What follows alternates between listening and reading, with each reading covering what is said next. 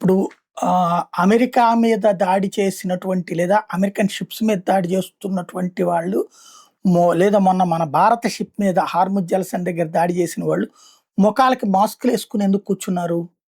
దాడులు ఎందుకు చేశారు? అంటే భవిష్యత్తులో దొరికిపోతామన్న భయం, అంతర్జాతీయంగా ఉన్నటువంటి తాజా టెక్నాలజీతో.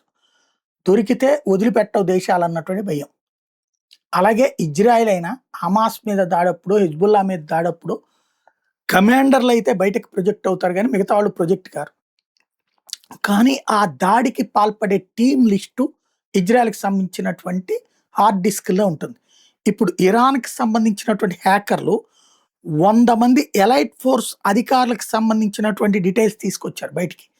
యూనిట్ 212లో ఉన్నటువంటి వాళ్ళు ఎవరైతే గాజాలో దారుణంగా దెబ్బతీసినటువంటి వాళ్ళు ఉన్నారో అందులో 100 మంది అధికారుల డేటాని హ్యాక్ చేసి లాగేశారట. అంటే వాళ్ళ అడ్రస్లు ఇవన్నీ కూడా. ఇప్పుడు ఇది ఇజ్రాయెల్కి ఆందోళన కలిగించే పరిణామం.